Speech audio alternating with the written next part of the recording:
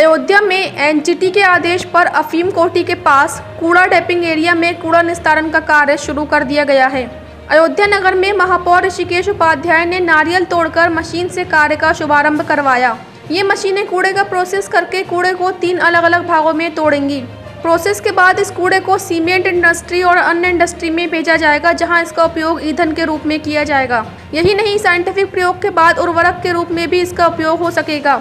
दरअसल dumping area के बगल में 14 कोसी परिक्रमा मार्ग है, जिसमें परिक्रमा के दौरान दुर्गंध आती थी, जिसके बाद एनजीटी ने इस कूड़े को हटाने का आदेश दिया था। ये डंपिंग एरिया सरयू के कछार में है। कूड़ा हटाने के बाद इस जमीन को सीता झील के रूप में डेवलप किया जाएगा। इस मौके पर महापौर ऋषिकेश उपाध्याय, डीएम अनुज झा व नगर आयुक्त विशाल सिंह मौजूद रहे। इस मौके पर महापौर ऋषिकेश उपाध्याय, डीएम अनुज झा व नगर आयुक्त विशाल सिंह मौजूद रहे।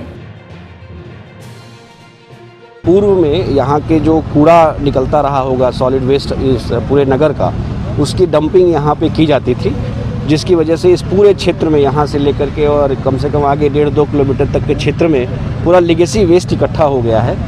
इसके विषय में हमारा उत्तर प्रदेश शासन भी चिंतित था और इस विषय में एनजीटी का ऑर्डर भी है कि हमको इस लीगेसी वेस्ट को यहाँ से हटाकर इस भूमि को रिक्लेम करना है, वापस जिस रूप में थी उस रूप में इसको करना है। इसके लिए नगर निगम द्वारा ये पहल की गई है और आज शुभारंभ उसका माननीय महापौर जी द्वारा किया गया। जो मशीनें आपको दिखाई पड़ रही हैं पीछे, ये मशीनें इस पूरे कूड़े को प्रोसेस करेंगी और इसको अलग अलग 3 भागों में तोड़ेंगी।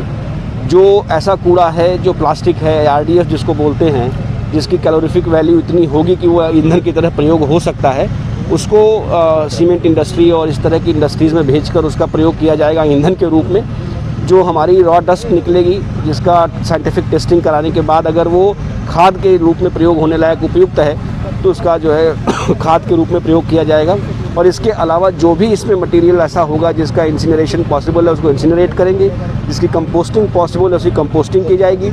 और कुल मिलाकर इस पूरे प्रक्रिया के अंत में ये भूमि जैसी थी उस प्रकार की हमें प्राप्त होगी और पूरा लीगेसी वेस्ट का जो कूड़ा है वो ख़त्म हो जाएगा। सकते हैं कि जस्ट पीछे यह पंचकोशी परिक्रमा मार्ग और 14 कोसी परिक्रमा मार्ग भी है और अफीम कोठी के पास का ये रास्ता, ये स्थान हमें हर बार परिक्रमा के समय में यहाँ की जो अपार गंदगी थी, वो बदबू थी, उसको झेलना पड़ता था तीर्थयात्रियों को। तो इस कार्य के द्वारा उनको यहाँ पर एक सुरम्य स्थान और एक अरमणिक स्थल मिलेगा, ना कि बदबू और कूड़े का सामना करना पड़ेगा।